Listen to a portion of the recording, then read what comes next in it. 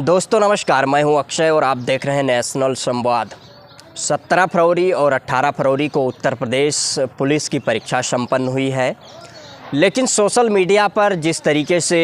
तमाम वो टेलीग्राम्स के ग्रुप वायरल हो रहे हैं, शेयर किए जा रहे हैं, व्हाट्सएप के ग्रुप्स वायरल हो रहे हैं, पेपर लीक का मामला सामने आया है और तमाम खबरें आ रही हैं, विभिन्न जनपदों से खबरें आ रही हैं कि पेपर लीक हुआ है। अब सवाल ये है कि उत्तर प्रदेश की सरकार ये दावा करती है कि सारी परीक्षाएं बड़ी ही पारदर्शिता से और बड़ी ही निष्पक्षता से हम करवाते हैं और त्वरित भर्तियां करते हैं, लेकिन कहीं ना कहीं चाहे उत्तर प्रदेश में जब से मुख्यमंत्री योगी आदित्यनाथ बने हैं, चाहे पेट की परीक्षा हो, चाहे यूपी बोर्ड की परीक्षा हो, चाहे समीक्षा अधिकारी की परीक्षा हो, चाहे दरोगा भर्ती की परीक्षा हो, लगातार सारे परीक्षा में जिस तरीके से परीक्षा से पहले प्रश्न वायरल लीक हुए हैं, पेपर लीक हुए हैं, लगातार ये दावा किया गया कि जांच की गई, जांचे में जो भी रिपोर्ट लगाई गई। लेकिन अब सवाल ये है कि जिस तरीके से उत्तर प्रदेश की सरकार पूरी तरीके से असफल है परीक्षा को पारदर्शिता से कराने के लिए, अब सवाल ये उठता है कि जो 60,000 की वैकेंसी आई थी उत्तर प्रदेश पुलिस में, उसमें 50 लाख से अधिक आवेदन आए। अब सवाल ये भी उठता है कि बेरोजगारी अपनी इतनी चरम सीमा पर है कि 60,000 पद के लिए 50 लाख से अधिक आवेदन आ रहे हैं। उत्तर प्रदेश का ये हालात है, लेकिन इन 50 लाख अभ्यर्थियों के साथ, इनके भविष्य के साथ जो खिलवाड़ किया जा रहा है, इसका जिम्मेदार कौन? सोचिए, जो पोस्ट ग्रेजुएट किया हुआ व्यक्ति, पीएचडी होल्डर, इंजीनियरिंग की पढ़ाई किया हुआ व्यक्ति, बीटेक किया हुआ व्यक्ति, एमटेक किया हुआ व्यक्ति जिस तरीके से उत्तर प्रदेश पुलिस सहायक पुलिस बनने के लिए आवेदन कर रहा है, जिस तरीके से वो तमाम ग्रामीण परिवेश से निकलकर गांव गरीब किसान के बच्चे जिस तरीके से शहरों में जाते हैं, वो तमाम तकलीफ़ों को झेलते हुए, जिस तरीके से तमाम परेशानियों को झेलते हुए वो तैयारी करते हैं, वो एक नौकरी पाने का सपना देखते हैं, क्योंकि वो गरीब परिवेश से आते हैं, गरीब परिवार से आते हैं। लेकिन उनके साथ किस तरीके से पूंजीपति वर्ग और समृद्ध वर्ग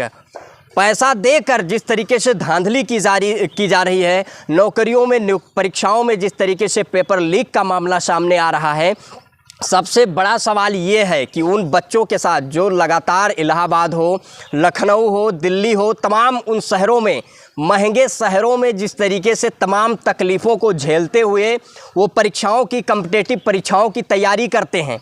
और वो सालों साल पढ़ाई के बाद कई वर्ष बीत जाते हैं। जिस तरीके से बेरोजगारी अपनी चरम सीमा पर है, सरकार नौकरियां नहीं निकालती है, वैकेंसी नहीं निकालती है, यदि वैकेंसी आती भी है तो परीक्षा लीक हो जाती है। अब सवाल ये है कि उनके भविष्य के साथ जो खिलवाड़ किया जा रहा है, उसका जिम्मेदार कौन होगा? कहीं ना कहीं जिस तरीके से उत्तर प्रदेश पुलिस की पेपर लीक का मामला सामने आ रहा है, लगातार ये खबरें वायरल की जा रही हैं सोशल मीडिया पर, जिस तरीके से तमाम साक्ष्य मौजूद हैं,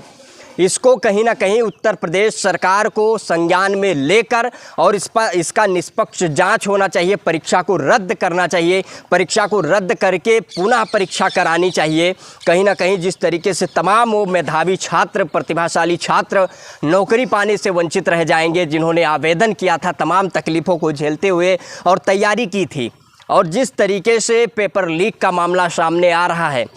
इस पर चाहे राहुल गांधी हों, समाजवादी पार्टी के राष्ट्रीय अध्यक्ष अखिलेश यादव हों, लगातार उन्होंने सोशल मीडिया पर इसके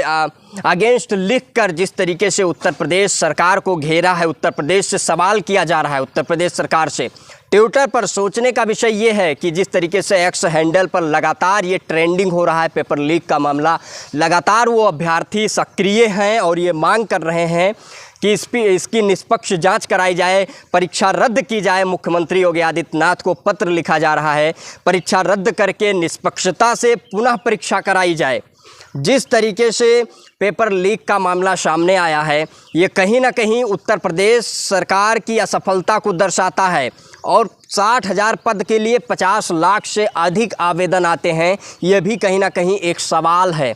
ये एक सोचने का विषय है कि बेरोजगारी अपनी चरम सीमा पर है। एक सिपाही के लिए, सिपाही भर्ती के लिए 50 लाख से अधिक आवेदन आते हैं। ये एक विचार करने का विषय है, जहां पर सरकार, देश के प्रधानमंत्री नरेंद्र मोदी ने ये वादा किया था कि यदि हम देश सरकार में आते हैं तो 2 करोड़ प्रतिवर्ष युवाओं को रोजगार देंगे। लेकिन अब देश का युवा और नौजवान ये सवाल कर रहा है सरकार से कि 2 करोड़ प्रतिवर्ष रोजगार कहाँ हैं। यदि जो वैकेंसियाँ आ रही हैं उसमें पेपर लीक का मामला सामने आ रहा है, इसमें पारदर्शिता और निष्पक्षता कहाँ है, ये एक बड़ा सवाल है। इस विषय पर आप सभी लोगों की क्या प्रतिक्रिया है, आप अपनी प्रतिक्रिया कमेंट बॉक्स के माध्यम से अवश्य दें। यदि वीडियो को यूट्यूब चैनल पर देख रहे हैं तो चैनल को सब्सक्राइब करें, वीडियो को फेसबुक पेज पर देख रहे हैं तो पेज को फॉलो करें। तब तक के लिए जय हिंद, जय भारत।